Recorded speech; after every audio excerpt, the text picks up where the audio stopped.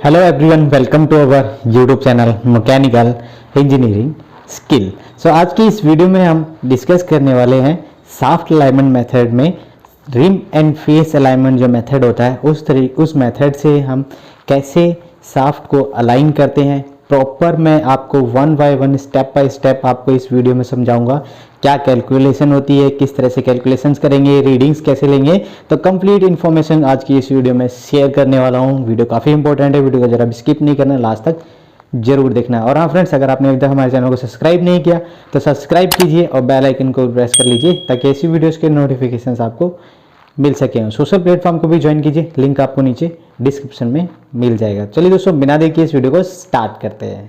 Guys, बात करते हैं सॉफ्ट अलाइनमेंट प्रोसेस में rim and face alignment method से सॉफ्ट को कैसे अलाइन किया जाता है। तो फर्स्ट ऑफ ऑल समझ लेते हैं हम अलाइनमेंट क्या है। अलाइनमेंट क्या होता है, जब पावर ट्रांसमिट करते हैं तो जो दो साफ्टें होती है हमारी, उसमें दोनों साफ्टों के केंद्र को आपस में अलाइन करना ही सॉफ्ट अलाइनमेंट प्रोसेस कहलाता है। और इससे हमारा जो इक्विपमेंट है उस पर जो मैकेनिकल स्ट्रेस लगने वाला आता है, इसके जो इंटरनल पार्ट्स कंपोनेंट जल्दी खराब हो जाते हैं, घिस जाते हैं, वो सभी हमारा कम होता है और हमारे इक्विपमेंट की लाइफ भी इंक्रीज होती है। तो इसके लिए हम काफ़ी सारे अलग अलग मेथड यूज करते हैं, जैसे straight edge and feeler gauge methods and rim and face alignment method, reverse dial alignment method and laser alignment method. So guys, अगर आपको इसकी बेसिक इन्फॉर्मेशन चाहिए क्या है सॉफ्ट अलाइनमेंट क्या है और कैसे इसको हम कितने टाइप्स की होती हैं, तो इस पर मैंने पहले भी वीडियोस बनाई है। मैं उनके लिंक आपको डिस्क्रिप्शन और आई बटन में दे दूंगा, तो आप जाके उन वीडियोस को भी चेकआउट कर सकते हैं। तो आज की इस वीडियो में हम डिस्कस करेंगे rim and face alignment method. ये जो rim and face alignment method है, ये क्या है, कैसे काम करता है, कैसे कैलकुलेशन करते हैं, क्या फार्मूला यूज करते हैं हम सिम्स को ऐड करने के लिए, या मूवमेंट कराना है हॉरिजॉन्टल में लेफ्ट टू राइट मूवमेंट कराना है, या सिमिंग को हमें रिमूव करना है या ऐड करना है सिम, तो उसके लिए क्या कैलकुलेशन करते हैं, मैं डिटेल वाइज आपको डिटेल में स्टेप बाय स्टेप आज की इस वीडियो में सिखाऊंगा। अगर आपने वीडियो थोड़ा लंबा हो सकता है, अगर आपने स्टेप बाय स्टेप को देखा तो आप कोई भी मशीन का रिम एंड फेस मेथड से अलाइनमेंट करना सीख जाएंगे आज की इस वीडियो के बाद। बात करते हैं rim and face. Rim and face एक ऐसा मेथड है, काफी ओल्डेस्ट पुराना मेथड है। जनरली हम काफी जगह इसको यूज करते हैं, दोनों ही शाफ्ट को अलाइन, जो केन सेंटर है उसको अलाइन करने के लिए हम इसको यूज करते हैं। बेसिकली इसमें क्या होता है आपका, एक ही हम इसमें दो डायल्स को यूज करते हैं और एक ही कपलिंग के फेस जो हमारा है उस पर हम दोनों ही डायल को एक रेडियल पोजीशन में और एक फेस के पोजीशन, एक्सियल यानी फेस पोजीशन, जैसा हम यहाँ पे देखेंगे रेडियल, और ये एक्सियल पोजीशन पे हम डायल को फिट करते हैं। जैसा कि आप यहाँ देख सकते हैं, तो एक जो फर्स्ट डायल है जहाँ हमारा ऊपर की साइड रहता है, इसको हम रिम या रेडियल रिम डायल है। और सेम दूसरी डायल अपोजिट में जो जो हमारा रेडियल पे जो डायल रहेगा वो हमारा ऑफसेट या पैरेलल मिस अलाइनमेंट को बताता है, उसमें क्या वेरिएशन है उसको बताएगा। देन जो हमारा ये फेस डायल है, ये एंगुलरिटी, जिसको हम स्लोप कहते हैं, एंगुलरिटी है स्लोप, तो उसको रीडिंग्स क्या वेरिएशंस आ रहे हैं उसको पहचानने के लिए, उसको जांच करने के लिए हम फेस डायल की रीडिंग का यूज करते हैं। तो rim dial and face dial, तो दो डायलों का बहुत इंपॉर्टेंट रोल है। अगर गाइज आपको डायल्स से कैसे रीडिंग्स लेते हैं, किस तरह से नहीं है आपको पता, तो मैंने डायल्स पे भी काफी सारी वीडियोस बताई हैं, आप उन वीडियोस को भी देख सकते हैं कि डायल्स से रीडिंग कैसे लेते हैं। क्योंकि बेसिकली अगर आपको ये अलाइनमेंट करना है तो उनसे पहले इसके जो बेसिक टूल्स हैं, मेजरमेंट्स है, डायल गेज वगैरह, ये सब चीज़ों के बारे में आपको पता होना चाहिए, तभी आप प्रॉपर तरीके से रीडिंग ले पाएंगे और अलाइनमेंट कर पाएंगे। तो सबसे पहले हम बात करते हैं इसके बाद कि इसमें जो हमारा जो फिक्चर जो क्लैंप होती है, ये एक डायल, दोनों डायलों को हमें एक ही फिक्चर पे क्लैंप करना होता है, और उसके लिए हम ये एक डायल फ्लेक्चर क्लैंप जैसा टूल्स आता है। जनरली हम बहुत सारी जगह देखा होगा आपने कि अपने वर्कशॉप में खुद से ही बना लेते हैं, और आपकी स्टैंडर्ड मार्केट में भी आपको मिल जाएंगे, जिसमें हम यहाँ देखिए लॉकिंग मैकेनिज्म है, माउंटिंग ब्रैकेट्स हैं, हम सॉफ्टवेयर इसको माउंट करेंगे, है ना। इसके साथ यहाँ पे इसमें रोड्स रहती हैं, स्नग्स पिंस वगैरह रहेंगी, वर्टिकल रोड्स, लॉकिंग पिंस, और साथ में यहाँ पर ये देखेंगे इस पोजीशन में जो हॉरिजॉन्टल पोजीशन में रहेगा वो face face dial indicator, and vertical position में जो रहेगा वो रिम डायल। तो ये कंप्लीट फिक्चर होता है जिसके थ्रू हम सेट करते हैं, शाफ्ट में रीडिंग्स लेते हैं। जैसा कि आप अब जैसे हमने पिक्चर लिया, आपने यहाँ पे देखिए इसको शाफ्ट में यहाँ से इसको फिट किया है, और फिट करने के बाद फिर हम इससे रीडिंग लेते हैं। तो रीडिंग लेने से पहले जब भी हमने इस पिक्चर के साथ शाफ्ट पे जो इसकी शाफ्ट है, ये रॉड जो है, इसमें हमने डायल को फिट किया। तो डायल को जब हम डाउन पोजीशन में, यानी कि देखिए आप यहाँ, ये क्या 12 ओ क्लॉक पोजीशन है और यह 6 ओ क्लॉक पोजीशन, तो 6 ओ क्लॉक पोजीशन में क्या होगा, जो रॉड्स होती हैं इनमें ग्रेविटेशनल फोर्स के कारण जब भी हम नीचे की तरफ जब जाएगा 6 ओ क्लॉक पोजीशन में, तो डायल में कुछ वेरिएशन आने के, हमारी रीडिंग में कुछ ना कुछ वेरिएशंस आने के चांसेस होते हैं। तो उसके लिए हमें बार सेग वैल्यू निकालनी पड़ती है। वो निकालना बहुत ही जरूरी होता है कि जो बार हमारा जो फिक्चर जो हमने यूज किया उसका बार सेग वैल्यू क्या है, डायल पे क्या रीडिंग में वेरिएशंस आ रहे हैं, जब हम उसको 6 ओ क्लॉक पोजीशन पे लेके जाएंगे उसको प्रिडिक्ट करना बहुत ही जरूरी है। अगर हमने वो नहीं किया तो हमारा रीडिंग है वो परफेक्ट नहीं आएगा। तो इसके लिए हम क्या करते हैं, बार सेग वैल्यू को निकालते हैं। बार सेग वैल्यू जो है बेसिकली जो हमारा शाफ्ट में कहीं पर बैंड है या कुछ स्ट्रेस है उस पे, तो जब वो नीचे वापस 6 ओ क्लॉक पोजिशन की तरफ जाएगा तो वहां पर वो उसको इफेक्ट करेगा। तो इसके लिए हमें बार सेग वैल्यू निकालना होता है। जैसे कि आप एक एग्जांपल यहाँ पर देखते हैं, इसके थ्रू समझने की कोशिश करते हैं। जब भी हम जो साइज हमने फिक्चर लिया है, जो डिस्टेंस लिया है, वो सेम उसी डिस्टेंस पे हम एक रॉड लेंगे और उसमें साथ हम इसके जो फिक्चर है उसको माउंट करने के बाद माउंट करेंगे। और 12 ओ क्लॉक अगर हमें इसको मेजर करना है क्या बार सेग वैल्यू, अब देखिए जैसे हमने इसको फिट किया और उसके बाद जैसे हम इसको 12 ओ क्लॉक पोजीशन पे हम इसको जीरो कर लेंगे, दोनों डायल को वापस रोटेट करते हुए जैसे ही हम यहाँ पर इसको 6 ओ क्लॉक पोजीशन पे लेके जाएंगे, तो अगर यहाँ इसके जो हमारा यहाँ पर कुछ भी वेरिएशंस अगर नीचे आ रहा है, तो मे बी जो भी वेरिएशन आपको दिखेगा माइनस में ही रहता है। अगर जैसे दिखेगा आपको, दैट मीन्स वो इस जो पिक्चर हमारा यहाँ पर हम जो यूज कर रहे हैं उसमें वो उतना बार सेग वैल्यू है। तो जब भी हम रीडिंग लेंगे तो वो बार सेग वैल्यू को हमें ऐड करके ही रीडिंग लेना है, नहीं तो आपका जो रीडिंग है वो सही नहीं आएगा। तो इसके लिए हमें ये बार सेग वैल्यू लेना पड़ता है। हम कैसे करते हैं इसको, एक एग्जांपल के थ्रू, यहाँ इस फिगर के थ्रू देख समझने की कोशिश करते हैं। जैसे हमने यहाँ पर ये 12 क्लॉक पोजीशन में फिट किया है, और एक बात का पूरा ध्यान रखना है, जब भी हम पिक्चर अगर रिम एंड फेस वाला मेथड यूज कर रहे हैं तो दोनों ही डायल को, जैसे यहाँ इस पोजीशन में देख रहे हैं, दोनों ही डायल को हमने फिट किया हुआ है, तो इसी पोजीशन पे ही हमें रीडिंग लेना है, ना कि सिंगल एक डायल को लगा के हम बार सेग वैल्यू निकाल रहे हैं, ऐसा नहीं करना है। ये एक एग्जांपल है, और मेन जो शाफ्ट का एग्जांपल है वो कुछ इस तरीके से किया जाता है। मैं यहाँ पे कुछ रीडिंग सिखाता हूँ।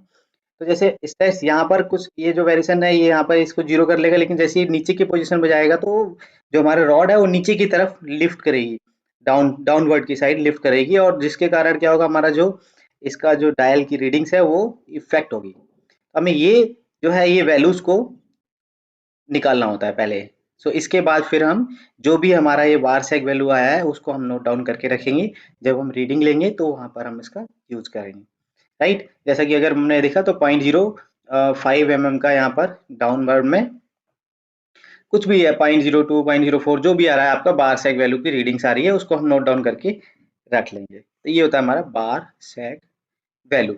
इसके बाद अब बात करते हैं अब आगे कि रिम एंड फेस अलाइनमेंट में हम रीडिंग्स जो हमें मेजरमेंट्स करने होते हैं, और इन मेजरमेंट्स हमें एक से दो बार मल्टीपल टाइम्स हमें मेजरमेंट्स करके रीडिंग्स लेना होता है, कहीं हमारा कोई भी रीडिंग गलत तो नहीं है। और आज की इस वीडियो में आपको कंप्लीट में वर्टिकल मूवमेंट के लिए, यानी दो तरह से, एक हॉरिजॉन्टल मूवमेंट होता है और एक वर्टिकल मूवमेंट, तो आज की इस वीडियो कंप्लीट वर्टिकल मूवमेंट की विद एग्जाम्पल विद फार्मूले के साथ करेक्शन करके देखेंगे।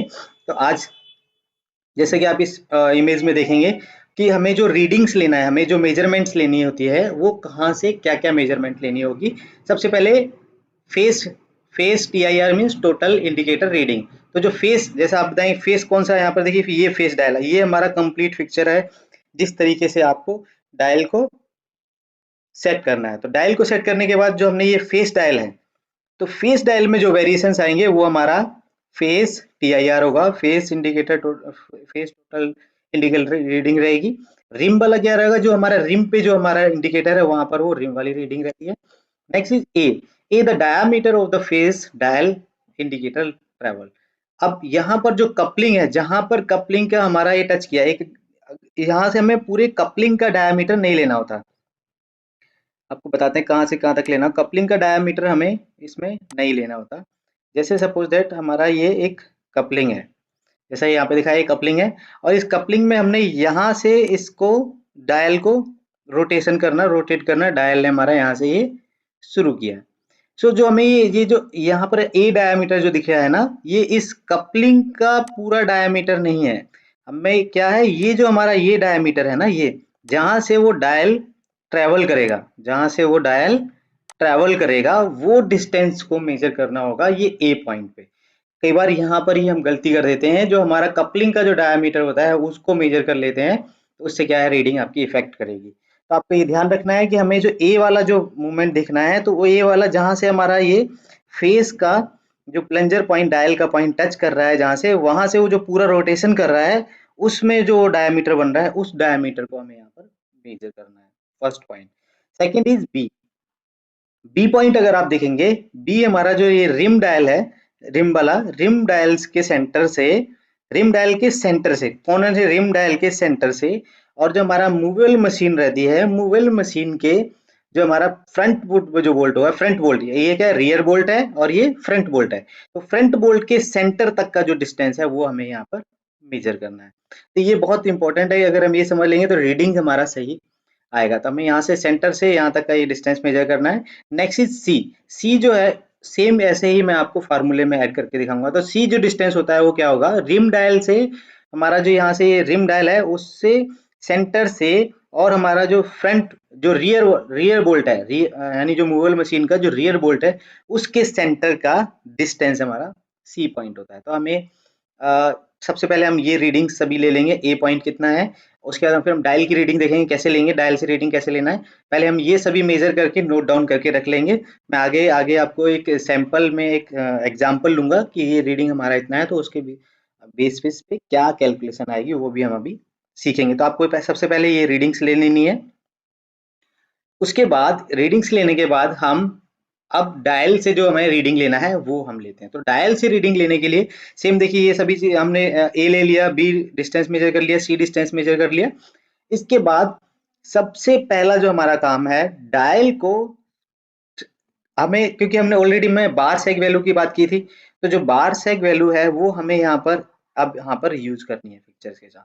अगर हम बार सेग वैल्यू यूज नहीं करेंगे तो हमारी रीडिंग सही नहीं आएगी। तो सबसे पहले हम क्या करेंगे, इसको 12 सब क्या, कई बार क्या करते हैं 12 पोजीशन, यहाँ देखिए ऊपर क्या रहेगा, डायल अगर ये ऊपर रहेगा तो 12 क्लॉक पोजीशन पे रहेगा, और 12 क्लॉक पोजीशन पे 0 सेट करके 6 क्लॉक पोजीशन पे रीडिंग ले लेंगे। वो हमारा प्रोसीजर सही नहीं होगा, क्योंकि हमें बार सेग नीचे डाउनवर्ड में 6 क्लॉक पोजीशन में मे भी कुछ ना कुछ बार सेग वैल्यू की रीडिंग है। तो हमें सबसे पहले इसको क्या करना है, 6 क्लॉक पोजीशन पे, जैसे देखिए यहाँ पे देखा 6 क्लॉक पोजीशन में यहाँ पर लाना है, और हमें जो बार सेग वैल्यू हमारा जो निकला था उस पॉइंट में ये जो रिम डायल है उस पे उसको सेट कर देंगे, और जो फेस डायल है उसको हम 0 पे सेट करेंगे। फेस डायल के लिए हमें बार सेग वैल्यू निकालने की जरूरत नहीं होती है, बट रिम के लिए आपको बार सेग वैल्यू की जरूरत होगी, और यहाँ पर हम 6 क्लॉक पोजीशन पे उसको यहाँ पर सेट कर देंगे जो हमारा बार सेग वैल्यू है, और इसको यहाँ पर 0 करेंगे, और फिर वापस इसको 12 क्लॉक पोजीशन पे रोटेट कराएंगे। यहाँ से हम इसको क्या करेंगे, 12 क्लॉक पोजीशन पे रोटेट कराएंगे। तो जब यहाँ पर हमारा रोटेट करा के, जैसे यहाँ पर आ गए, रोटेट कराने के बाद जो भी रीडिंग आएगा, फेस पे कितना रीड, यानी फेस डायल मतलब ये वाला डायल, फेस डायल, और ये रिम डायल, तो जो भी रीडिंग होगी उसको हम नोट डाउन करके रख लेंगे। जैसा कि एक एग्जांपल मैंने अब लिया है, जैसा आप समझ गए होंगे कि हमें रीडिंग कैसे लेना है, दोनों हमने रीडिंग ले लिया, मेजरमेंट कर लिया। इसके बाद हमने एक सैंपल वीडियो लिया, कैलकुलेशन लिया है, वर्टिकल मूवमेंट के लिए लिया है हमने ये। अगर आप कहेंगे हॉरिजॉन्टल मूवमेंट तो नेक्स्ट वीडियो में, एक वीडियो में दोनों ही समझाना वीडियो काफी बड़ा हो जाएगा, इसलिए मैं सिर्फ आपको वर्टिकल बताऊंगा आज। हॉरिजॉन्टल भी सीखना है तो मुझे आप बताइए, मैं हॉरिजॉन्टल पे भी एक वीडियो बना दूंगा। सो हमने एक एग्जांपल लिया है, रिम डायल, जो हमारा रिम डायल है, ये रिम डायल, ये वाला रिम डायल पे जो रीडिंग है वो 12 क्लॉक पोजीशन पे जब गए तो 24 मील्स, या एमएम में कन्वर्ट किया मैंने, मील्स यानी इंचेस का जी बिली कैलकुलेशन है, और एमएम में भी कन्वर्ट किया हुआ है। तो दोनों ही तरीके से आप इसको देख सकते हैं।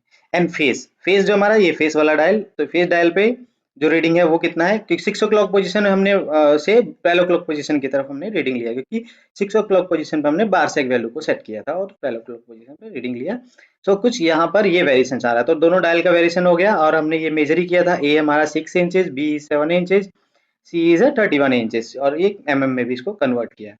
तो ये हमारा अभी हमने रीडिंग का पार्ट हमने कंप्लीट कर लिया है कि हमें क्या क्या रीडिंग्स लेना था, कैसे कैसे मेजर करना था। अब बात करते हैं हम इसके सिम के लिए करेक्शन क्या करना है, हमें सिमिंग कितना ऐड करना है, कितना फ्रंट फुट में ऐड करना है, कितना रियर फुट में ऐड करना है, कैसे करेंगे, क्या कैलकुलेशन होगी। तो बहुत ही सिंपल मेथड से एक सिंपल फार्मूला होता है, जिस फार्मूले की हेल्प से हम फ्रंट फुट और रियर फुट दोनों में ही जो सिम का करेक्शन है उसको कर सकते हैं। तो ये स्लाइड अब बहुत ज़्यादा आपके इम्पोर्टेंट है, इस स्लाइड का आप इसको इमेज स्नैपशॉट ले सकते हैं फर्दर अपने रेफरेंस के लिए। जो फार्मूला है, अगर हम ये जो फर्स्ट फार्मूला है क्या फ्रंट फुट के लिए, ये फ्रंट फुट करेक्शन के लिए देख सकते हैं यहाँ से, ये किसके लिए, फ्रंट फुट करेक्शन के लिए। तो फ्रंट फुट करेक्शन के लिए हमारा फेस डायल इंडिकेटर रीडिंग यानी फेस पे जो हमने रीडिंग लिया है वो, और ए ये वाला पार्ट जो हमारा ए जो हमने मेजर किया है, एंड बी यानी यहाँ से फ्रंट फुट तक के डिस्टेंस, हमें फ्रंट फुट का करेक्शन कर रहे हैं इसलिए हम यहाँ पर ये फ्रंट फुट वाला डिस्टेंस लेंगे यहाँ पे into b plus 1/2 into rim dial, इसके ये यहाँ पर हम रिम डायल की जो रीडिंग होगी उसको पुट करेंगे। तो ये करेक्शन से आप फ्रंट फुट का करेक्शन कर लेंगे। देन जैसे ही हम फ्रंट फुट के बाद रियर फुट का करेक्शन करेंगे तो रियर फुट में बाकी सभी चीजें सेम रहेंगी, बट ये जो हमारा इनटू यहाँ पे इनटू में जो हमने सी ले रहे हैं, तो हमें यहाँ पे जो डिस्टेंस है हम रियर फुट के लिए ले रहे हैं तो रियर फुट का डिस्टेंस लेंगे, यानी यहाँ से लास्ट पॉइंट तक का जो डिस्टेंस है उसको लेंगे। सम टाइम हम इस फार्मूले में कई बार देखते हैं कि बी प्लस सी कर देते हैं, यानी बी यहाँ से लिया और यहाँ से यहाँ तक का डिस्टेंस को, जैसे इस पॉइंट से यहाँ तक के डिस्टेंस को सी मान लेते हैं। तो ये या हम पूरा ले लें यहाँ से यहाँ तक सी, या बी बी प्लस सी कर दें, तो दोनों ही एक ही बात है, बी प्लस सी कर सकते हैं या पूरा पूरा डिस्टेंस सी भी ले सकते हैं। लेकिन ऐसा नहीं करना, सिर्फ यहीं यहीं तक का हमने ले लिया सी और उसको पुट कर दिया तो वो आपका गलत हो जाएगा। तो हमें बी प्लस सी करना होगा या सी करना है तो हमारा ये रिम डायल इंडिकेटर से लेके लास्ट रियर फुट तक के बोल्ट का सेंटर का डिस्टेंस मेजर करना होगा। तो ये फार्मूला हम यूज करेंगे और इस फार्मूले की हेल्प से आपको सिम जो है, हमें क्या सिम ऐड करनी है वो निकल के आ जाएगा। सो अभी मैं आपको एक जो हमने रीडिंग लिया है उसके बेस पे फार्मूले में हम वैल्यू पुट करते हैं और देखते हैं हमारा क्या करेक्शन आएगा। और सबसे मोस्ट इंपॉर्टेंट पॉइंट, अगर हमारा आंसर प्लस में आता है दैट मीन्स जो हमारा है वो क्या है, अप है। तो हमें क्या करना होगा, सिम्स को रिमूव करना होगा, सिम हमें वहां से निकालना होगा। और अगर हमारा आंसर निगेटिव में आता है दैट मीन्स हमारा जो वो है वो डाउन है, हमें सिम फुट में सिम को ऐड करना होगा, यानी प्लस में आ रहा है तो रिमूव करना है, माइनस में आ रहा है तो ऐड करना होगा।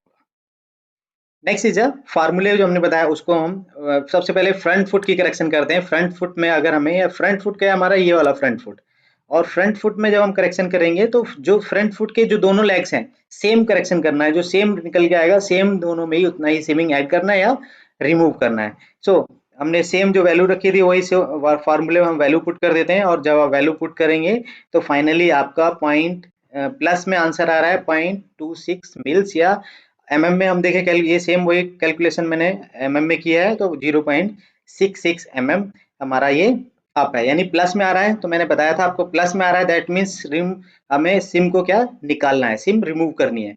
सो हमारा जो फ्रंट फुट है ये वाला फुट है, इस फुट में से 0.66 जो फ्रंट के दोनों फुट है उसमें से इतना सिमिंग हमें निकाल लेना है।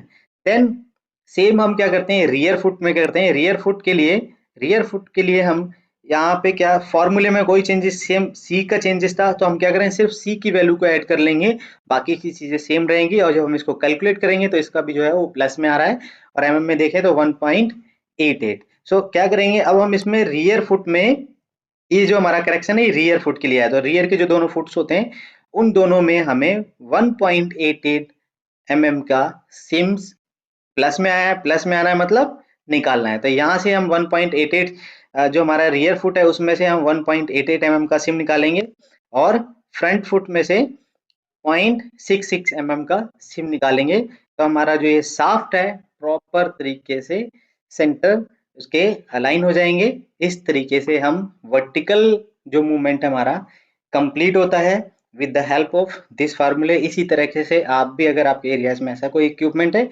तो इस फार्मूले की सहायता से आप इस तरह से वर्टिकल मूवमेंट का करेक्शन कर सकते हैं। इसके बाद ये कुछ टॉलरेंस की लिमिट्स हैं इसके। जब हमने ये सभी कर लेंगे, इस करने के बाद हमारा अगर हमें कुछ साफ्ट है हमारा, मेजर कर रहे हैं, दोबारा जब करेंगे तो इसके रेंज में अगर कोई रीडिंग आ रही है दैट मीन्स हमारा हमारी जो साफ्ट है वो ओके यानी प्रॉपर अलाइन है। तो हमें इसका ध्यान रखना है, हमारा एक्सेप्टेबल लिमिट और एक्सटेंट लिमिट के बीच की जो टॉलरेंसेस दी जाती है वो टॉलरेंसेस है। नेक्स्ट वीडियो में आपको हॉरिजॉन्टल का जो मूवमेंट का करेक्शन कैसे करते हैं तो वो भी मैं आपको बताऊंगा। जैसे वर्टिकल में क्या किया था हमने, वर्टिकल में सिबिंग ऐड कर रहे हैं, तो हॉरिजॉन्टल मूवमेंट में क्या करें, लेफ्ट टू राइट या राइट टू लेफ्ट हमें इसको स्लाइड करना होगा। तो वो नेक्स्ट वीडियो में आप मुझे कमेंट कीजिए, मैं उतना जल्दी उस वीडियो को लाने की कोशिश करूंगा। सो गाइज आई होप आप समझ गए होंगे रिम एंड फेस मेथड से जो हमारा वर्टिकल मूवमेंट का करेक्शन कैसे करना होता है। आपका कोई सवाल है, कोई क्वेरी है तो मुझे कमेंट्स में लिखिए। वीडियो अच्छी लगी तो लाइक जरूर करना, और हाँ फ्रेंड्स, अगर आपने अभी तक हमारे चैनल को सब्सक्राइब नहीं किया तो सब्सक्राइब कर लीजिए, बेल आइकन को भी प्रेस कर लीजिए ताकि ऐसी वीडियोस के नोटिफिकेशन आपको मिल सके। मिलते हैं नेक्स्ट वीडियो में एक नए टॉपिक के साथ, तब तक के लिए जय हिंद।